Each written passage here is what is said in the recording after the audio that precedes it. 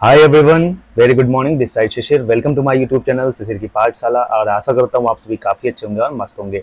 As you all know that we all are preparing for our upcoming KVS 2024 and 2025, जिसका हम PYQ, CDP और EVS की PYQ कर रहे हैं। हाँ, लोगों को लग रहा है जरूर कि हाँ क्वेश्चंस पढ़ रहे हैं और ये कर रहे हैं। मैं इसलिए कर रहा हूँ क्योंकि अभी मैं ये सारे कॉन्सेप्ट्स पढ़ाऊंगा जो क्वेश्चंस आपको यहाँ मिल रहे हैं। शायद अभी आपको क्वेश्चन ना समझ में आए, जब कॉन्सेप्ट पढ़ा दूंगा क्वेश्चन समझ में आएगा। लेकिन हाँ, मैं चलिए अब कोशिश करूंगा चीज़ों को समझाने की भी कि क्या एक्चुअली क्वेश्चंस कहना क्या चाह रहा है। और ये बात सच भी है कि क्वेश्चन कहना क्या चाह रहा है, जब तक हमें ये नहीं समझ में आएगा तब तक हमें हमारे लिए थोड़ी सी मुसीबत बनी रहती है। तो आज हम करेंगे 20 क्वेश्चन जो कि EVS के आते हैं। और ये जो पेपर है ये 24 मतलब 2023 का पेपर है। कब हुआ था ये पेपर? 24 तारीख को, 24 फरवरी 2023 का पेपर है ये। ठीक है, 24 फरवरी 2023 का मॉर्निंग शिफ्ट का पेपर है। तो आज मॉर्निंग शिफ्ट का CDP और EVS आपको दोनों पेपर मिल जाएगा। ठीक है, एक मॉर्निंग में एक इवनिंग में क्लास हो जाती है, लेकिन मैं जनरली आपको मिल जाएगी, डेली क्लास मिलेगी। तो चलिए स्टार्ट करते हैं आज का पहला question. Below are two statements, choose the correct answer from the options. Statement के क्वेश्चन है, दो स्टेटमेंट दिए गए हैं। A material which gets decomposed through natural process as action bacteria is called biodegradable, and material which is not easily decomposed by natural resources is known as non-biodegradable। बताओ, ये question कह रहा है कि ऐसा मटेरियल जो डिकम्पोज हो जाता है नेचुरल प्रोसेस से, ठीक है, और इस मतलब लाइक बैक्टीरिया से, तो इसको हम बायोडिग्रेडेबल बोलते हैं। सेकंड है कि ऐसा मटेरियल जो डिकम्पोज्ड बाय नेचुरल प्रोसेस से होता है, इसको हम नॉन बायोडिग्रेडेबल बोलते हैं। चलिए अब हिंदी में क्वेश्चन पढ़ते हैं आपके, यहां से क्वेश्चन और क्लियर होगा। नीचे दो कथन दिए गए हैं, ठीक है, स्टेटमेंट वाला क्वेश्चन है। दो स्टेटमेंट दिए रहते हैं, इसमें से आपको सेलेक्ट करना होता है कौन सा सही है। पदार्थ जो प्राकृतिक प्रक्रिया जैसे जीवाणु की क्रिया द्वारा अपघटित हो जाता है उसको जैव निर्णयीकरण कहते हैं। मतलब ऐसे सब्सटेंसेस जो नेचुरल प्रोसेस द्वारा या जैसे बैक्टीरिया के द्वारा डिकम्पोज हो जाते हैं उसको हम क्या, उसको बायोडिग्रेडेबल बोलते हैं। पहला ऑप्शन है। दूसरा, पदार्थ जो प्राकृतिक नेचुरल प्रोसेस से, मतलब ऐसे सब्सटेंसेस जो नेचुरल प्रोसेस से एकदम इजीली से डिकम्पोज हो जाते हैं उसे हम नॉन बायोडिग्रेडेबल कहते हैं। बताइए जल्दी से, ये दो ऑप्शन है आपके सामने, बताना है। क्वेश्चन समझ में आ गया? अब मैं आपको एक एक क्वेश्चन समझाने की कोशिश करूंगा, भले मेरा थोड़ा सा टाइम ज्यादा लगेगा लेकिन आपको समझ में आना चाहिए।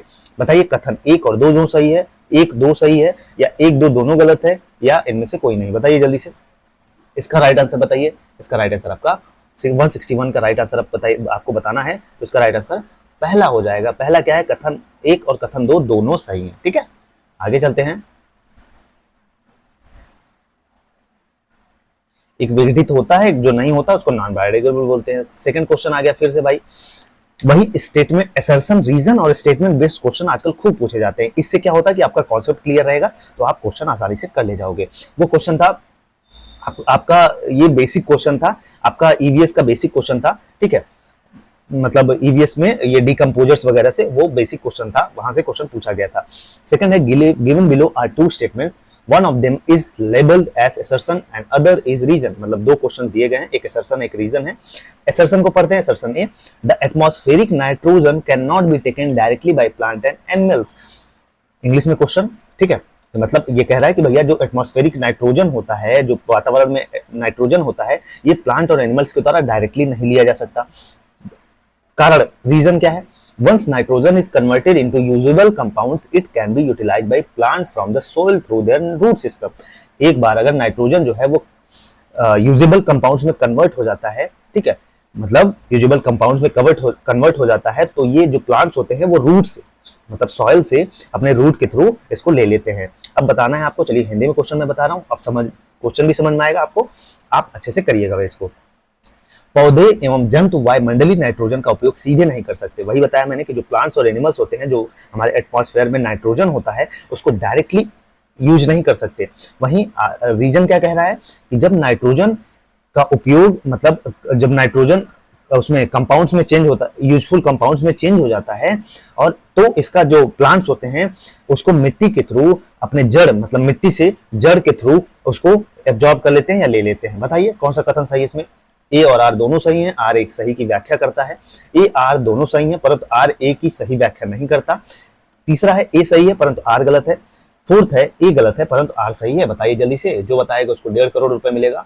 जल्दी से बताइए इसका राइट आंसर क्या है। इसका राइट आंसर आपका सेकंड हो जाएगा। ठीक है, क्या ए और आर दोनों सही है परंतु आर ए की सही व्याख्या नहीं करता है। ठीक है, क्वेश्चन भी समझ में आ रहा है? नहीं समझ में आएगा तो फिर कमेंट करिएगा, मैं फिर से समझाऊंगा। ठीक है, अब मेरा मकसद आपको समझाना है भाई, ऐसा नहीं कि रटवाना है। मेरा मकसद बस इतना था कि आपको प्रैक्टिस सीरीज मिलता चले, आप क्वेश्चन को देखते चलें कि कैसा क्वेश्चन मिल रहा है, उसके बाद चीजें तो समझ में ही आएंगी। थर्ड क्वेश्चन पे आ गए हम लोग। Think about the statement given below and choose the correct answer with the help of given codes. मतलब चूज, जो स्टेटमेंट दिए गए हैं इसमें से सेलेक्ट करना है कि कौन सा सही है। पहला, the source of penicillin injection is mould. B, antibiotics जो होते हैं ये are mixed with the feed of livestock and poultry. C, yeast reproduce rapidly and produce nitrogen during respiration. D है, Louis Pasteur discovered fermentation in 1857। ये है हमारा NCERT का question science का। ठीक है,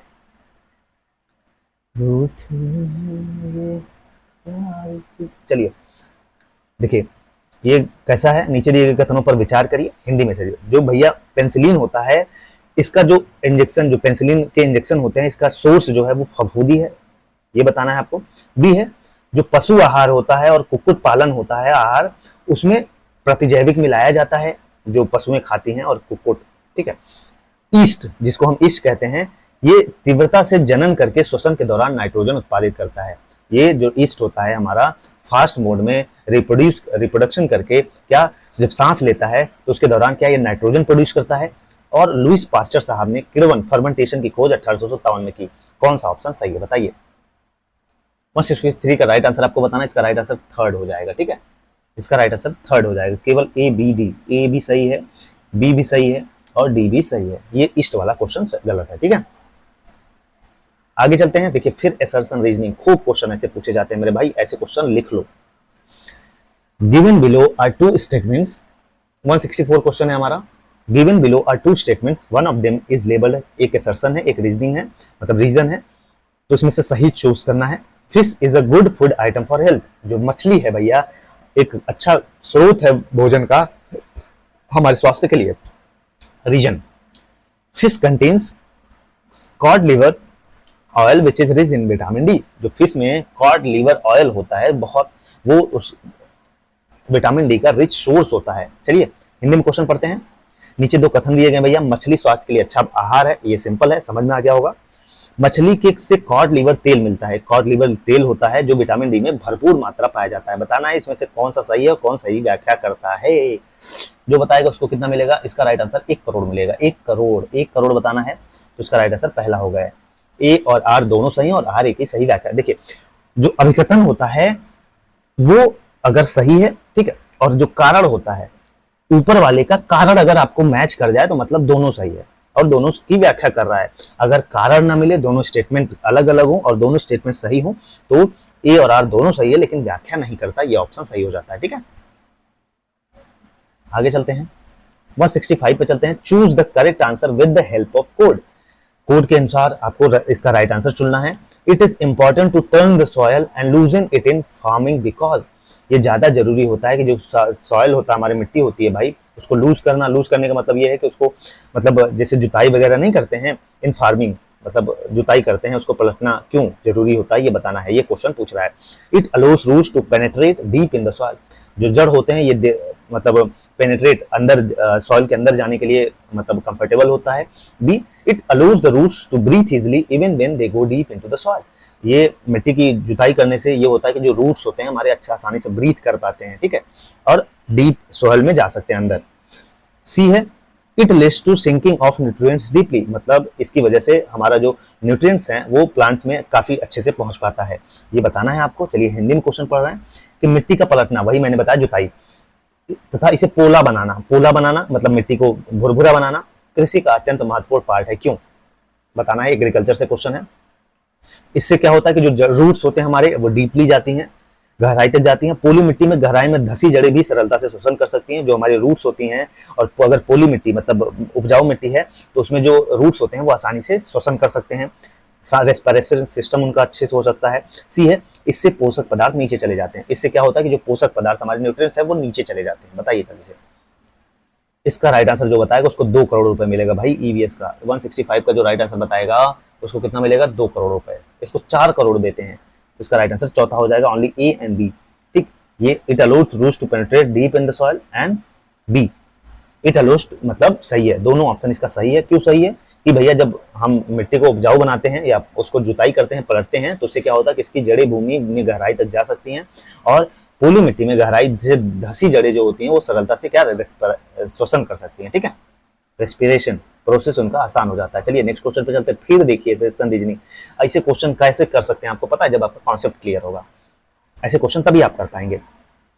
गिवन बिलो आर 2 स्टेटमेंट्स, वही assertion और रीजन दिया है, आपको चूज करना है। ब्लड फ्लोज इन, देखिए ये कहां से आ गया? हमारे बॉडी पार्ट से। ये ब्लड साइंस का क्वेश्चन है। ठीक है, blood flows in arteries is rapid and at high pressure. जो ब्लड है हमारा वो आर्टरीज में हमारे बहुत तेजी से फ्लो करता है और हाई प्रेशर के साथ फ्लो करता है। Reason, arteries have thick elastic walls. जो आर्टरीज होती हैं उनके पास एक थिक इलास्टिक वॉल्स होती हैं। ये क्वेश्चन पूछता है। आइए हिंदी में क्वेश्चन पढ़ते हैं। धमनियां, आर्टरीज में रक्त का प्रवाह तेजी से अधिक दाब पर होता है। वही मैंने बताया कि जो धमनियां होती हैं हमारी रक्त, उसमें जो ब्लड का फ्लो होता है वो बहुत तेजी से होता है और हाई प्रेशर पे होता है।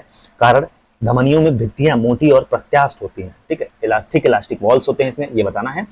मतलब ए और आर दोनों सही हैं। आर ए की सही व्याख्या कर रहा है कि नहीं कर रहा है? ए और आर दोनों सही है लेकिन आर ए की व्याख्या नहीं कर रहा है। ए सही है परंतु आर गलत है, ए गलत है परंतु आर सही है। बताइए, अब मेरा थोड़ा टाइम जाएगा लेकिन मैं आपको ऐसे ही समझा के चलूंगा। 166 बताना है आपको। इसका राइट आंसर सेकंड हो जाएगा। ठीक है, क्या सेकंड हो जाएगा? ए और आर दोनों सही हैं लेकिन इसकी सही व्याख्या नहीं कर रहा है। ठीक है, अब 167 पे चलते हैं। देखिए फिर सॉइल से क्वेश्चन पूछ लिया। ठीक है, उसमें नेचर ऑफ पार्टिकल्स कैसे पाए जाते हैं, ये हमारा ज्योग्राफी का क्वेश्चन हो गया। 7-8 की ज्योग्राफी उठाएंगे तो उसमें सॉइल है, ये सब क्वेश्चन मिल जाएंगे। ठीक, मतलब क्लासिफिकेशन ऑफ सॉइल दिया है एक तरफ और इसमें कौन से नेचर ऑफ पार्टिकल्स पाए जाते हैं ये दिया गया। ठीक है, सैंडी में कैसे पाए जाते हैं, क्लेई जो मिट्टी होती है, लोमी होती है, इसमें कैसे पाए जाते हैं।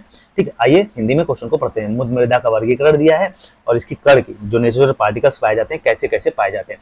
बलुई में कैसे पाए जाते हैं कि अधिक मात्रा में छोटे कण पाए जाते हैं। मृण में बड़े और छोटे कणों को लगभग बराबर मात्रा में पाई जाती है। दुमटी में अधिक मात्रा में बड़े कण जो बड़े पार्टिकल्स होते हैं वो पाए जाते हैं। बताइए जल्दी से। 167 का जो राइट आंसर बताएगा उसको मिलेगा 3 करोड़ रुपए। बताइए जल्दी से। इसका राइट आंसर थर्ड हो जाएगा। ठीक है, पहले का सी जो बलुई मिट्टी होती है उसमें क्या पाए जाते हैं? अधिक मात्रा में। बलुई मिट्टी में देखेंगे आप कंकड़ बहुत बड़े बड़े पाए जाते हैं। वहीं सेकंड का ए हो जाएगा, मृणमय का अधिक मात्रा में छोटे, बहुत जो मृणमय मिट्टी होती है, लोग क्लेई सॉइल होती है, क्लेई चिकनी मिट्टी कहते हैं, उसमें बहुत छोटे छोटे कण पाए जाते हैं। और दुमटी मिट्टी में बड़े और छोटे दोनों बराबर मात्रा में मिट्टी पाई जाती है, मिट्टी के पार्टिकल्स। ठीक है, आगे चलते हैं। समझ में आ रहा है क्वेश्चन भैया? समझ में आए तो कमेंट में जरूर मेंशन करना। ठीक है, which option best describe a tropical region. बताना है आपको कि इसमें से कौन सा ट्रॉपिकल रीजन को, उष्णकटिबंधीय क्षेत्र को सर्वश्रेष्ठ वर्णन एक्सप्लेन करता है। हॉट एंड ह्यूमिड होता है उसमें, मतलब गर्म और आर्द्र होती हैं उसकी जो एटमॉस्फेयर है उसका। Moderate temperature and heavy rainfall होता है कि भैया जो उष्णकटिबंधीय क्षेत्र होते हैं वहां पर क्या टेम्परेचर है जो वो मीडियम होता है और अत्यधिक बहुत ज्यादा रेनफॉल होती है। तीसरा है वहां पे बहुत ठंड रहती है और हमेशा ह्यूमिडिटी बनी रहती है, आर्द्रता बनी रहती है। चौथा है वहां पे गर्म रहता है और शुष्क ड्राई रहता है। बताना है, ये बताना है आपको ट्रॉपिकल रीजन का। ये है आपका ईवीएस साइंस का क्वेश्चन है ये। ठीक है, और ज्योग्राफी में मिल जाएगी आपको क्वेश्चन। ठीक है, 168 का बताना है। 168 इसका राइट आंसर पहला हो जाएगा। ठीक है, हॉट एंड ह्यूमिड होता है, गर्म और आर्द्र होता है, मतलब उसमें गर्मी भी रहती है, उमस टाइप की भी रहती है और ह्यूमिडिटी भी रहती है। ठीक है, आगे चलते हैं। 169 क्वेश्चन पे चलते हैं। देखिए फिर मैं कह रहा हूं स्टार्च, प्रोटीन्स, ये डाइजेशन सिस्टम से हमारा क्वेश्चन आ गया। मैंने बताया था टॉपिक जहां से बताया हूं। देखिए थोड़ा सा स्टार्टिंग फेज है, मैं सच बता रहा हूँ, इसमें कोई बहुत बड़ी बात की नहीं है। स्टार्टिंग फेज में थोड़ी सी इश्यूज जरूर आती हैं बताने में, पता तो सारी चीजें मुझे भी हैं, लेकिन हाँ ऐसे ही समझाते समझाते मैं भी माहिर बनूंगा, आपको भी माहिर बनाऊंगा। हाँ, गाइडेंस में मेरी कोई नहीं कमी होगी। बॉडी पार्ट, माउथ में क्या कौन सा डाइजेशन होता है, स्टमक में कौन सा डाइजेशन होता है, गाल ब्लैडर में क्या चीज डाइजेस्ट होता है, यही बताना है। शरीर का कौन सा पार्ट है और उसमें कौन सी चीजें डाइजेस्ट होती हैं ये दिया गया है। मुंह में कौन सा होता है, अमाशय में, पित्ताशय में। बस जल्दी से बताइए।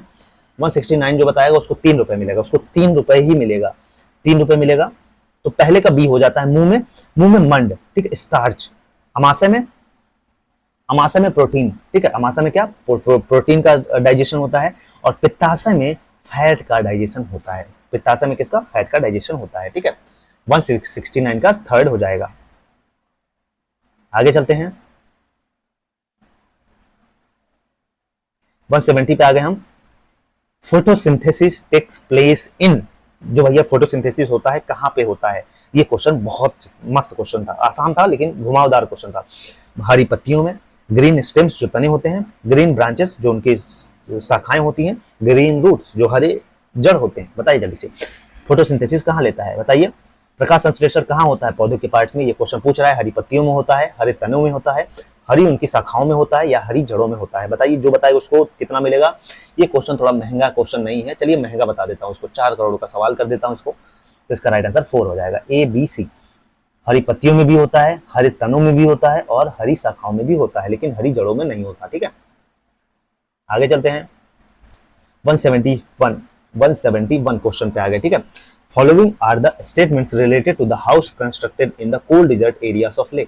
मैंने बताया था कि भैया जो हाउस घरे होते हैं, डिफरेंट हाउस कहाँ कहाँ पे कैसे रीजन, किस रीजन में कैसे घर पाए जाते हैं, ये टॉपिक बताया था, वहीं से ये क्वेश्चन है, एनसीईआरटी क्लास 4 के ईवीएस से, ठीक है। चूज द करेक्ट आंसर, मतलब सीधी सी बात ये कह रहा है कि ये घर कहाँ बनाए जाते हैं, जो कोल्ड और डिजर्ट एरिया के लेह में, उसके कैरेक्टरिस्टिक को दिया है। They are made up of stones, क्या ये पत्थरों से बनाए जाते हैं? B, the ground floor is usually used for keeping animals, जो ग्राउंड फ्लोर होता है वो हमारे जानवरों को पालने के लिए उपयोग होता है। ये ऐसे घर कहाँ बनाए जाते हैं? C, windows are constructed in the ground floor of ventilation, for ventilation, जो खिड़कियां होती हैं वो ग्राउंड फ्लोर पे बनाई जाती हैं वेंटिलेशन के लिए। बताना है कि मतलब ये ठंडे मरुस्थल में जैसे ले हो गया, उनके घरों के निर्माण से संबंधित ये लाइनें हैं, वहां की कैरेक्टरिस्टिक है। बताना है इसमें से कौन सा सही है। ये पत्थरों के, यहाँ के घर जो पत्थरों के बनाए जाते हैं, और यह जो ग्राउंड फ्लोर होता है इसमें जानवरों को रखने के काम में आता है। और सी है, जो ग्राउंड फ्लोर होता है उसमें वेंटिलेशन के लिए खिड़कियां बनाई जाती हैं, ठीक है। बताइए, जो बताएगा इसको उसको उसको 1 करोड़ रुपए मिलेगा। बताना है, जल्दी से बताइए। इसका राइट आंसर ए और बी दोनों हो जाएगा, ठीक है। क्या यह पत्थरों से बनाए जाते हैं, और इन घरों के भूतल ज्यादातर जानवरों को रखने के काम आते हैं, ठीक है। आगे चलते हैं, 172 पे आ गए आज हम। आज मजा आ रहा होगा आपको, थोड़ा सा समझाते हुए चीजों को चल रहा हूँ, मजा तो ऐसे ही आता है। चलिए अब हंसी मजाक करते हुए पढ़ेंगे। मेन मकसद है पढ़ना, और मेरा मकसद है पढ़ाना, और आपको समझ में आना चाहिए, यही मेरा मेन ऑब्जेक्टिव है। Tarun Bharat Sangh is an organisation of Rajasthan which works for dash. जो तरुण भारत संघ है, एक राजस्थान की संघ है, ये किसके लिए काम करती है? ये क्वेश्चन पूछ रहा है। ये क्वेश्चन क्लास 4th की एनसीईआरटी से है, ईवीएस की बुक से। लैंड मैनेजमेंट पे काम करता है, वाटर मैनेजमेंट पे काम करता है, या एक्सक्रेटा मैनेजमेंट पे काम करता है, या economic management for poor people पे काम करता है? बताइए। तरुण भारत संघ राजस्थान की एक संस्था है जो किस पर कार्य करती है, ये बताइए। भूमि प्रबंधन पे, जल प्रबंधन पे, मल मूत्र का प्रबंधन, गरीबी लोगों के लिए आर्थिक प्रबंधन। ये क्वेश्चन बहुत आसान है मेरे भाई बहन। बताइए, इस 172 का जो राइट आंसर बताएगा उसको कितना मिलेगा? उसको सस्ता पैसा मिलेगा। ये क्वेश्चन आसान है भैया, तो इसका राइट आंसर आपका सेकंड हो जाएगा। क्या सेकंड हो जाएगा? वाटर मैनेजमेंट पे काम करता है भैया तरुण भारत संघ। पढ़ेंगे तो वहां पे कुआं था भाई, सूख गया था, पानी नहीं आ रहा था, इस और उन्होंने पानी इकट्ठा किया बारिश को, ठीक है। तो ये सारी चीजें थी। 173, अबू धाबी। देखिए ये भी एनसीईआरटी का क्वेश्चन है। करेंसी नाम बताया था ना, दिनार पूछता है, देखना इसी में ये अबू धाबी की कैरेक्टरिस्टिक्स है, एनसीईआरटी से क्वेश्चन पूछा है, ठीक है, क्लास 4th की एनसीईआरटी से। Abu Dhabi has only Sandy soil. Abu Dhabi में वहां पे रेती मिट्टियां पाई जाती हैं। Oil is found below the Sandy soil, जो है तेल वहां पे ज्यादा पाया जाता है। Petrol is cheaper than water here, मतलब वहां पे पेट्रोल सस्ता है पानी से। Only one kind of tree is found here in the name of trees. वहां पे बस एक प्रकार के पेड़ पाए जाते हैं, वो कौन से पेड़ हैं उसी का नाम बताना है, ठीक है। और कौन से प्लांट्स पाए जाते हैं ये बताना है आपको। बिटल, डेट्स भैया बहुत जरूरी है। जैक फ्रूट, ओक बताना है भैया, कि वही मैंने कहा कि अबू धाबी जो है वहां पे रेतीली जमीन है, मतलब बालू वाली मिट्टी पाई जाती है, और मिट्टी के नीचे जमीन तेल पाया जाता है। वहां पे तेल पानी से सस्ता है, और यहाँ पे एक पेड़ पाया जाता है, उस पेड़ का क्या नाम बता सकते हो? एनसीईआरटी के हूबहू लाइन छपी है। सुपारी, खजूर, कटहल, ओक। बहुत आसान सवाल है भाई, इसको तो मेरा दिल टूट जाता है इसको बताने में। आप बताएंगे इसका राइट आंसर। आप देखता हूं मैं कमेंट में मेंशन नहीं करते हैं, आपको मेंशन करना चाहिए, इससे लगता है कि हाँ पढ़ रहे हैं, ठीक, चीजों को गौर करके चल रहे हैं आप। खजूर है भाई, ठीक है, खजूर। चलिए 174 पे चलते हैं। 174 पे चलते हैं। You are farmer of Belvanika village of Karnataka. NCERT का हूबहू क्लास 5 की लाइन छपी है। You are a farmer of Belvanika village of Karnataka, which of the following will use to sprinkle the seeds of onion in the field? कुरीज, खुंटी, इलीज, sickle. मतलब आप कर्नाटक से बिलोंग करते हैं, वहां के बेलवनिका एक छोटा सा गांव, प्यारा सा छोटा सा गांव है, और आप वहां से बिलोंग करते हैं। आप प्याज के बीजों को खेत में डालने के लिए आप क्या करें? मैंने बताया था आपको, यहाँ से क्वेश्चन, ये प्लांट्स वाले सेक्शन से है, ठीक है, बोना, थ्रेसिंग, ये सारी चीजें। तो किस साधन का प्रयोग करेंगे आप प्याज के बीजों को खेत में डालने के लिए? कुरिगे, खूंटी, इलिगे, हसिया, बताइए। इसका राइट आंसर कुरिगे, इसका राइट आंसर कुरिगे हो जाएगा, ठीक है, कुरिगे हो जाएगा, ठीक है। आगे चलते हैं।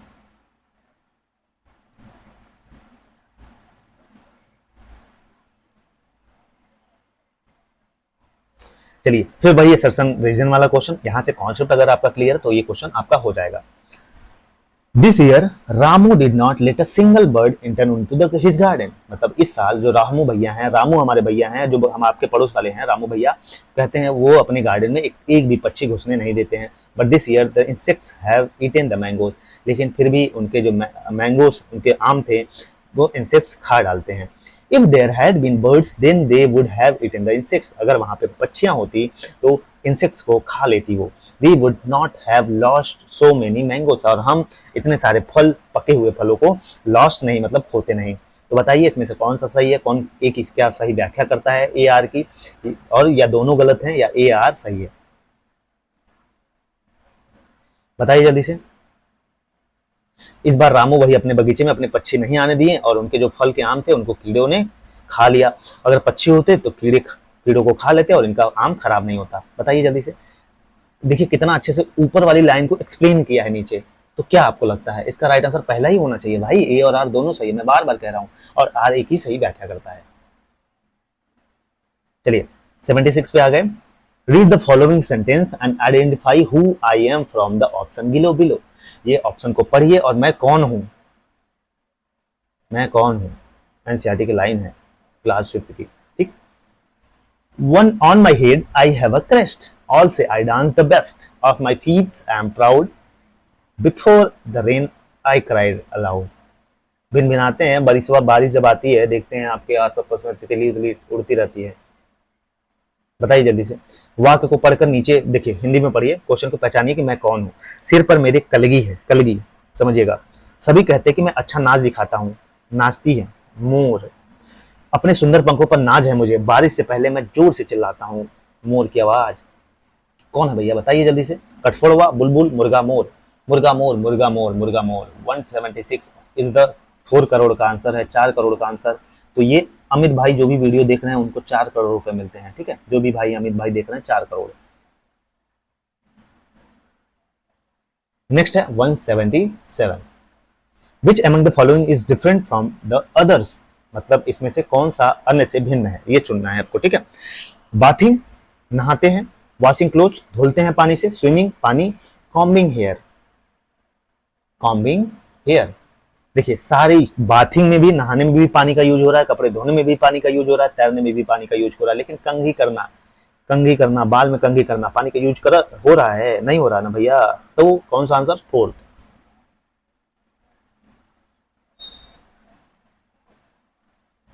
चलिए 178 पे चलते हैं, ठीक है। ये तीनों सवाल 3-3 करोड़ रुपए के हैं। अमित भैया को मिलेगा 3 करोड़ रुपए, मिर्जापुर वाले अमित भैया को, ठीक है। Which of the following statements are correct about the forest. निम्नलिखित में से कौन सा वनों के बारे में सही है, जंगलों के बारे में? Forest protects the soil from erosion. भैया जंगल हैं हमारे सॉइल इरोजन से बचावते हैं, ये बात सही है भैया, बिल्कुल सही है। B, plants and animals in a forest are not dependent on one another. जो प्लांट्स और एनिमल्स हैं वो फॉरेस्ट पर एक दूसरे पर निर्भर नहीं है। क्या ये सच है? बताना। निर्भर हैं भैया। Forest influence the climate and water cycle. बिल्कुल, फॉरेस्ट की वजह से ही तो हमारे मौसम चेंज होते हैं। मतलब फॉरेस्ट है भैया, क्या मतलब ये इन्फ्लुएंस करते हैं हमारे क्लाइमेट को या वाटर साइकिल को। जहां ज्यादा पेड़ पौधे होते हैं वहां बारिश अच्छी होती है, आपको भी पता है। Soil helps forest to grow and regenerate. बिल्कुल मिट्टी जो है वो फॉरेस्ट को रीग्रो में और रीजनरेट में मदद करती है। बताना है आपको जंगलों के संदर्भ में कौन सा कथन सही है। जंगल मृदा अपरदन से बचाते हैं, सॉइल इरोजन से बचाता है, मैंने पहले भी बताया। जंगल में पादप और जंतु एक दूसरे पर निर्भर नहीं होते हैं, निर्भर होते हैं। वन जलवायु और जल चक्र को प्रभावित करता है, बिल्कुल जलवायु हमारे क्लाइमेटिक कंडीशन को और वाटर साइकिल को प्रभावित करता है। मिट्टी जो है वनों की वृद्धि में बढ़ावा या पुनर्जनन में सहायक होती है, बिल्कुल। बताइए जल्दी से। इसका राइट आंसर आपका थर्ड हो जाएगा ए, ये भी सही है, ठीक है। यहाँ पे नहीं लिख दिया है इसलिए ये क्वेश्चन ऑप्शन नहीं होगा। होते हैं भाई, डिपेंड होते हैं। एसी वन जलवायु और जल चक्र को प्रभावित करता है, बिल्कुल। मृदा वनों की वृद्धि और पुनर्जनन में सहायक होती है, ठीक है। आगे चलते हैं। चलिए 179, फिर वही स्टेटमेंट वाले क्वेश्चन आ गए। यहाँ से कॉन्सेप्ट अगर आपका क्लियर है, मेरे भैया, मेरे लाल, मेरे मुन्ना, मेरे बच्चा, सब कर ले जाएगा तू। अर्जुना अवार्ड, अर्जुन अवार्ड के बारे में यहाँ से क्वेश्चन पूछ लिया, ठीक। Arjuna award is given two players who achieve special achievement in games. ये अवार्ड्स एंड ऑनर से क्वेश्चन आता है, कभी कभी पूछ लेता है। This award is awarded by the central government and state government together. जो अर्जुन अवार्ड है ये ऐसे प्लेयर्स को दिया जाता है, ऐसे खिलाड़ियों को दिया जाता है जो स्पेशल अचीवमेंट गेम्स में करे रहते हैं। स्टेटमेंट सेकंड है, ये award central government and state government के एक साथ दिया जाता है। बताइए जल्दी से। अर्जुन पुरस्कार विभिन्न खेलों में विशेष उपलब्धि प्राप्त करने वाले खिलाड़ियों को प्रदान किया जाता है। दूसरा, यह पुरस्कार राज्य सरकार और केंद्र सरकार मिलकर प्रदान करते हैं। बताना है आपको, बताइए। इसका राइट आंसर थर्ड हो जाएगा, ठीक है। क्या थर्ड हो जाएगा? कथन एक सही है लेकिन कथन दो गलत है, ठीक। लास्ट क्वेश्चन आज का, 3 करोड़, कितने? 3 करोड़ का। ये है गुड्डू भैया के लिए, ठीक है। गुड्डू भैया का सवाल है ये 3 करोड़ का। Below are two statement, choose the correct answer from the given option. Statement 1 है 70% of the earth surface is covered with water. Water chapter से है, एनसीईआरटी की लाइन है वो बहु ज्योग्राफी की, ठीक है। मतलब 71% हमारी जलभूमि पर पानी पाया जाता है, ठीक है। सेकंड है most of the water present on the earth is not fit for human consumption at all. मतलब पानी की जो क्वांटिटी है ज्यादातर हम उसको ज्यादातर अच्छे से ह्यूमन कंजप्शन के लिए सही नहीं है। बताना है कि पृथ्वी की सतह पर 71% भाग जल से है और पृथ्वी पर जो ज्यादातर जल है वो मानव उपयोग के लिए बिल्कुल उपयुक्त नहीं है। बताइए, जो बताएगा उसको 3 करोड़ मिलेगा। जल्दी से बताइए। इसका राइट आंसर कथन एक सही है, ठीक है। 71% जल से घटा है, मतलब 71% जो भाग है जल से ढका है, ठीक है। और दूसरा राइट आंसर नहीं है, गलत हो जाएगा। तो चलिए इस वीडियो में यहीं तक। अब ऐसे ही समझाते ही चलूंगा। आप लोगों का कमेंट बहुत मुझे मोटिवेट करता है, आप लोग शेयर करते हैं वीडियो को, ये थोड़ा सा मुझे मोटिवेट करता है। कमेंट करा करिए, थोड़ा सा मुझे भी मोटिवेशन मिलेगा तो मैं और अच्छे से इन सब चीज़ों को करा पाऊंगा। All the best. इसकी प्लेलिस्ट बना दी है, आप लोग प्लेलिस्ट जाके पुरानी वीडियोस देखिएगा जरूर। जय हिंद, जय भारत।